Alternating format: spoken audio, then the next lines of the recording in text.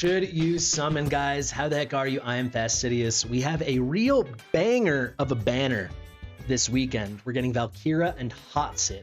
Heroes I rate respectively. S+ for Valkyra, SSS for Hatssut. We also have Olog on rate up, who, if you didn't know, is the rarest epic tank in the game. Has good awakenings, so pretty good. But it's really these two ladies that are the stars. If you've been keeping up with me at all lately, you might understand my tank is running a little low. My fuse is burnt out a little bit. It's been exhausting.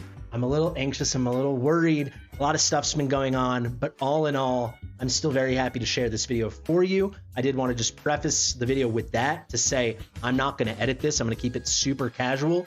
I promised this video for you guys, so I'm making it, but it's going to be relaxed-idious as much as I'm able to do that. I'm not such a relaxed guy sometimes. You'll see we've got Valkyra, one of the best tushes in the game.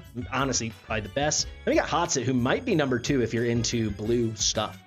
So there you go. These heroes are shockingly fantastic. I'm not doing a hex intro. We're getting right into it. I want to show you these tier ratings on my website. Check out the website. Tier ratings are getting updated next week, assuming everything's still good with the game, but they're getting updated. We're actually getting the BP calculator. Me and Jake Smash are collabing. That will come in a similar format to this, with a V1 next week and then a V2 within a week or two after that. Pretty incredible stuff, so you know which are the heroes on your team that have like the most BP for your Tide, but most importantly for your Guild Wars affiliation. Let's go right down the list here. These heroes are so freaking good, and actually I'm going to adjust a couple ratings as we go for the new content. You will see we've got Hatssut here, definitive SSS in my opinion, because she's so unique, she hits so hard, and she's very strong in both PvP and PvE. There aren't many heroes that are that versatile, and what she does is so unique. Essentially, she's coded, let's go back to the game over here, she is coded like a single target marksman. What does that mean? Single target marksmen tend to have a little less attack, right? If we go to max level, just under 3,800 attack, but they have a much lower cost, always at 12 cost, almost always at least. People like Yovar that are kind of hybrids are in between, which is worth mentioning because she's a hybrid. She should be in between. And then they've got that amazing attack interval of 2.0 seconds. Why do I mention that if she's just a single target marksman? Because she has the single strongest AoE piercing damage move in the game. It's a weird range. She's got like Dolores constant range around her. For DPS, you can call it Hatssut range. She's like the platform version of Reeve with this ultimate. So it is very unique, but there's so much content that range is good for, and the DPS on this thing is incredible. We're on my account here, so let me actually pull up my A1 Hatssut. We'll see if I can get A2. That's actually a good moment, because like I said, this is a more casual, relaxed style. When it comes to awakenings, I find her awakenings really underwhelming. The only two I think are really significant. If you can somehow get A5 Hatssut, that is phenomenal. I'll talk about it later in the video, but she's the rarest normal hero in the game, so getting her A5 is going to be super hard. Essentially 1 extra second of duration on this guy over here means 25% more damage. Instead of lasting 4 seconds, it's 5 seconds. That's really good. The only other one I mentioned, and I mentioned this now, is the A2. Plus 300 base attack is crazy. Ignoring the defense, 8% here is good with the penetration. Extra invisibility we don't really care about. And then 5% extra damage on that we really don't care about. It's really, because she has that single marksman stuff, the 300 attack is awesome. And then I really wouldn't worry about it unless you start getting lucky and pulling her, because that A5's, if you're a normal player, it's not going to happen for a while. But it's pretty nuts stuff. You can see she's got these abilities where she can shine in such a crazy way as both a single target, but such ridiculous AoE potential. Her basic attacks bounce around. If you ever face her in Guild Wars, it is a nightmare. And then this burst is so good. So she's getting like the best of both worlds with this thing. The only thing that limits her, I would say, is the range, but these bounces can bounce out of range, which is good. That's basically it. There's not many knocks against her. So you see Guild Boss 1, it can't bounce around. You can't really take great advantage of the burst, even though the burst is as good as like a single target burst. That's what I'm saying. It's coded as single target, even though it is essentially AoE or, you know, multi-target burst. I think it can hit up to 5 targets. Am I correct in that? Yeah, 5 enemies. Not a proper AoE, but a AoE functionality for most content. So Guild Boss 1, she's like good. She places damage reduction, just another ridiculous thing in her kit, but that's contingent upon her hits from her basic attack bouncing. So against just a boss, it cannot bounce. So something like Guild Boss 1, she's limited. Guild Boss 2, it's very much the same story. That being said, everything else you'll see, she just kind of takes off. Geared 1, only A+ because Nightmare is not meta, but if you have Torador, you can absolutely beat 121 with Nightmare, and Torador Hatssut would be the best way to do it. she's bouncing left and right with those things, the triple bounces. Those are all placing defense breaks. And then you put some people behind the wall, just shred it apart. It's really, really nice. It's not meta, but it works. Gear 2, she's the best choice in the game, in my opinion. Her and Comet, depends what heroes you have. But her with the Wrath, you don't even need Dolores if you have half decent gear to beat 221. She's the best burst specialist for this. Gear 3, you don't need a right side unit. I've done a lot of videos showing that. But if you want a right side unit, there's no one even close to as good as her. We're getting this Allura artifact, which will make Allura more viable. But Allura is still going to be a fraction of even hoping to maybe one day be kind of as good as maybe thinking about Hatssut, so on and so on. She's trash. Hatsut's the goddess. You get it. Gear 5, for her job in that top right, she's the best in the game. You can do it without her, but like with many things with Hatssut, if you have her, she makes it way, way easier, lowers the requirements so much. Gear 4, very early on it works, but you know, those defenses get so high, you need magic damage, so not good there. AMR, we're gonna bump her up to an A. You can use her up to 18 on that platform since her ult comes up really quick. It's also worth mentioning she's kind of an insta-ult hero. Let me go back to my Hatssut in my roster, and you are gonna see her cost of her ultimate, which I said is so strong, is so cheap. And then you'll also see as you skill her up, you get great initial cost. So you place her, 600 initial cost, and then 700 cost. So for getting a quick spam out and being the right faction for Artifact Mature Raid, she's really good. And then she's very strong, not top choice, but very, very good choice because the bounces are enough for stages 20 and 22 as you get into the harder content. Void Rift, for what she does in Void Rift, she's as good as there's anyone in the game. Campaign, same thing. Faction Trials, unbelievable. That's a hard faction trial too, and she's really excellent for it. Styx, viable without the bounces, she's limited. Torrent, A, maybe borderline A+, it depends on what units you have. She's very not meta. She cannot reach the boss, and her burst can only hit 5 targets, so not great there. Then Guild Wars, she's on some of the best defenses in the whole game. Single target, really good because she's still coded like a single target. And then AoE and anti-air, phenomenal. Anti-air definitive S+. AoE, it's kind of in between S and S+. But if you're not running meta, it's humongous. If you have got like an off-meta Torador thing, it's fantastic. Then we have Valkyra. I'll pull my Valkyra up now. Maybe I'll snag my A5 Valkyra this weekend, which I'd be pretty stoked about. I actually just got A4. That'd be great because she's a huge BP contributor. I don't think I have her geared. Oh, I do have her geared out now. Let's throw an artifact on her so you can see. You can see I'm getting a little more into the Guild Wars so I can share more of that stuff with you guys. Let me brag really quickly. Right underneath me, you'll see I have 3 maxed out Wailing Skulls. Who is this guy? Unbelievable. Let's put it over here. And you can see, pretty darn high. So she's my gear's not the craziest, but this is my 3rd best affiliation build. For me, it goes Twyla, who's A5 now, which is crazy. That video will come out next week, probably. We'll see. Then we've got A4. My 2nd affiliation is my A4 Cetrum, and then it's my A4 Valkyra. Very, very good base BP. Like I said, we'll have the BP table and calculator on my website, powered by Jake Smash. We're going to collaborate on that. It's awesome. But you can see awesome contributor there. The A5 would bring it to a whole nother level. The A5 always gives a ton of BP. Really amazing. And then we've got this kit. She just got buffed, which is hilarious because I had her S+ before the buff. Basically, any enemy in attack range will wear magic damage vulnerability the entire time. So 15% increased magic damage taken. That is her new thing. And then additionally, now whenever anyone dies in attack range, she gets a 5-second boost of damage by 15%. It's pretty darn nice because for a lot of AoE content where you'd use her, heroes die a lot. It's not the greatest second line, but it's so much better than it was before when it didn't exist. So really good stuff. She's got crazy range. Let me show you. 3 tiles in front. However, during the ultimate, if you properly consume, if you properly consume a shield, it goes to 4. And if you have her awaken level 1, you can get this thing, I believe. No, I think it's still just 4. No, it goes all the way to 5, excuse me, if you consume it with the A1, all the way to 5. Actually, to be perfectly fair, it actually is 4 during the ultimate and goes up to 5 if you consume the shield. That's a tricky thing. I explain it in a lot of my Gear Raid 4 videos and takeovers. Essentially, if she's wearing a shield when she ults, she consumes that shield and she increases her damage additionally, not just by the 50% that always happens, but by a nice little boost as well of up to 100%, depending on how big the shield was relative to her health, hit points, relative to her health, an attack speed boost, and the range gets boosted 1. I used to think it got boosted 1 from here, but no, this is the standard ult range, and then it can go all the way up to 5 tiles in front of her. With her A1, which is great, even her basic attacks get that range, get that 4 things in front. Really good stuff. She also has dual faction in Arbiter and Northerner. She's a rare hero in this game that is dual faction and fits very nicely into both.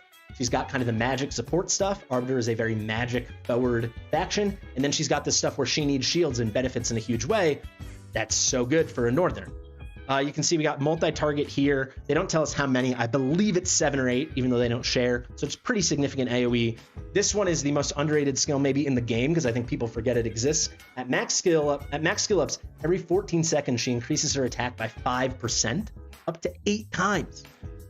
I mean, do the math. That's a 40% post-deployment attack boost. Watch Realms is a very basic juvenile damage formula that starts off with attack minus defense. So you want that attack number through the flipping roof, right? She can get you there in any long battle. So like Gear Raid 1, Gear Raid 4, aka Gear Dungeon 1. For those, she will reach, what is it, 8 stacks. 14 times 8 is going to be 108, I believe. So I think that's correct. She's going to get, that's not that long, 108 seconds, less than 2 minutes. And then she's got a 40% boost when you get her going. Even with no skill ups, this thing's crazy, right? It'd be 3% over the 16 seconds. So that would come out to 128 seconds. You would get this to, what did I say? 3 times 8, so it's 24% boost. I mean, that's not nearly as good as 40, but it's still really, really good, right? Now she's got this revived. This is really good because when she revives an ally, she's going to fully pick them up and fully restore their health. If you want to talk awakenings, that A5 is quite nice. This got boosted as well. It used to be when she revived the ally got a damage increase. Now Valkyra gets it as well. 100% damage increase for 10 seconds. It's kind of niche, but for like Guild Wars, that's really scary. She's a very good Guild Wars hero, not just for affiliation, but also BP. And then I think we basically covered it. She's got a nice arena mastery, reduction in cost. She's like a little pricey. It's not too much. She's at 20, higher end for a fighter, but not ridiculous. 15 is really good. She can totally fit into those Arbiter teams, or you can run her off meta in a Northerner team. I mean, maybe you could have a very strong off meta with like Elder, Ardia, and Valkyra. That's a scary thing some people do. So let's go through it. You can see Guild Boss 1, Guild Boss 2, that's not really for her.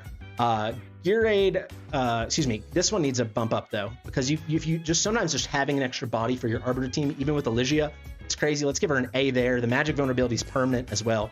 That is good. She'll get a little benefit when she picks up your ally one time to help, you get a little deeper into the battle from that passive. So this is good. She's going to get an S in Gear Raid 1, slightly off meta, but it's very common to use her. Totally works. As Arbiter and Northerner, much more popular than Nightmare, I would say. Gear Raid 2, she's like a secondary DPS for Arbiter comms. Maybe for if you want to do something funky with like Nocturne or Glacius, that could work. But again, off meta, so she only gets an A. Gear Raid 3, I actually am giving her some rating here because Arbiter is somewhat valuable. And the underrated thing, because it does not say it in her kit, during her ultimate, she can hit aerial units. It does not tell us that, but I'm telling you, it's true. I don't know why they don't tell us that, but it is true. She can hit aerial units, so she can tank in the middle like what Arrogance would do. And it's like, okay, the magic damage isn't good, but it's something. And she can keep herself alive because she can ult, and then you put a Lunacy Visor on her, she keeps herself up. For Gear Raid 4, her and Thalon are the 2 best options by a mile for melee units on top. She's in like the most commonly used strategy. If you got Thalon, you can use him in the same spot. Gear Raid 5, it's like okay. You can use it and grow it. I actually don't love her here, and I'm going to bump her down to B+. It's an option, not a top option. AMR, phenomenal. The 2 best factions for AMR by a mile, in my opinion, are Northerner and Nightmare. She's Northerner. She'll get a lot of shields if you run her in a shield comp. She's got crazy range and very significant AoE. Having good melee AoE there is great. She's good in Void Rift, good in Campaign, good in Faction House, phenomenal in Faction House. She can do the whole bottom row by herself. Conqueror, she's in many of the top teams in the entire realm. That AoE is really, really good, especially if you run her with her exclusive artifact. It can be really nice. It kind of depends, but this exclusive artifact, she can give herself shields when she's not ulting. This is guaranteeing she gets an ult to consume, a shield to consume during her ult, which you can see gives her these great things. You won't get a huge damage boost, but you do get the range and you definitely get the attack speed. That's really nice, but in general, she's just phenomenal there. Sticks, it's okay. It's like usable if you're going to run a magic team, not desirable really at all. Guild Wars, phenomenal on both affiliation and defense. Affiliation, she's not going to stack up to some of the ancients, but she's as good as probably the top 5 normal unit. Top 5 or 6, I would say. Go check out Jake's calculator now or wait till it comes on my site next week. Then single target damage, it's fine. She gets a B here, essentially, if you're running a Praetus or even a Elysia team now, but really a Praetus team. She's another unit to use, putting out the magic vulnerabilities and just being another Arbiter unit to power up that Lord skill. But there are better Arbiter options. AoE, she's great. Great choice for the Praetus teams and also very good choice for the off-meta Elder teams. Even Heart's team could work. On anti-air, technically it's possible. That's why she gets a D instead of an F. Terrible choice. You can see these heroes are phenomenal. So what is my assessment? There's a lot of big stuff coming. We have Phineas coming next weekend alongside Magda. That's the one I'm personally more jazzed about because I'm missing Magda and Phineas is new. But I'd say for overall progression, there's not a doubt in my mind, this is the better banner. Hatssut is the best of those 4 heroes. Phineas is going to be a real boss slayer, kind of a super Zealatu, assuming his kit manifests in the game as it does read. The super good heroes. Magda is very similar to Valkyra in the crazy DPS. There could be eventually content where she's better. Like Conquer right now, she's still a better option because of her crazy passive and stuff. But I think Valkyra's in a much better faction, both of her factions, than Magda as a cultist. Valkyra has the Arbiter thing, which is just such a huge bonus, especially now that more people will be able to run Arbiter comps because of Elysia. And I'm partial to this banner in a pretty big way, but I wouldn't blame you either way. A lot of you probably already have some copies. These awakenings are not so game-breaking. Maybe A1 can open up Gear Raid 4 for you for Valkyra. I don't think Hatssut really needs any awakenings. She's so good at A0 already. If you're any normal player that needs my advice, and you're not some crazy spender, there's no reason to be targeting A5 Hatssut unless she's like your favorite hero ever, because this banner is going to be your best opportunity ever to get her A5, because her base rate is like, it's like 0.5% on anyone else's banner. It's actually less than 0.4 nowadays, I think. So just crazy. So this is your chance to get her. It comes out to, because her base rate's so low and they don't do true 15x in this game, she gets put on like a 55x rate up nowadays, which is hilarious. So if you need Hatssut, you want Hatssut, it's a good time. You can weigh the pros and cons. We also know Bubba should be coming within, definitely by Christmas, I would think. I would hope that's going to be a 2x by 15x too. So that's another consideration. All in all, if you don't have these heroes, I think this is the better of the 2 banners based on what we have coming next weekend with Phineas and Magda. They're more versatile and more applicable to all content, PvE and PvP, single target and AoE. Amazing banners. So if you don't have them, I think this is your time to go grab these ladies with the nice tushes. All in all, if you're a newer player, you should be summoning anyway. And just ignore these other banners. The 2x is such a scam. And then Surprise, Invocation of Spirits. It's the 1+1, but this one basically, right? Each time you hit a legendary, and you'll hit twice when you hit because it comes with a friend, you're getting an 80% chance on each one of those that it's a common bucket hero, as opposed to these excellent rare heroes over here. I will say Valkyra used to be common. I'm pretty convinced she's been moved to the rare bucket, but it's possible she's not. It actually is definitely possible. But here you can basically say, you got a 64% chance you're getting a common hero. Even though there are good ones, a lot of those heroes are Allura, Azor, Cratch, Priya, Beatrix, heroes like that.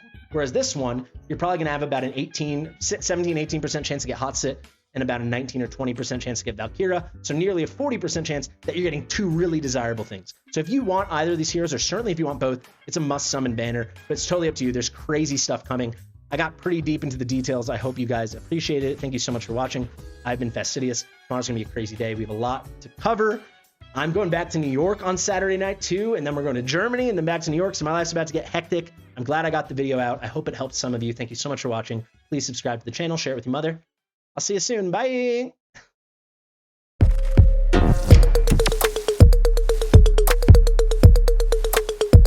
Fastidious.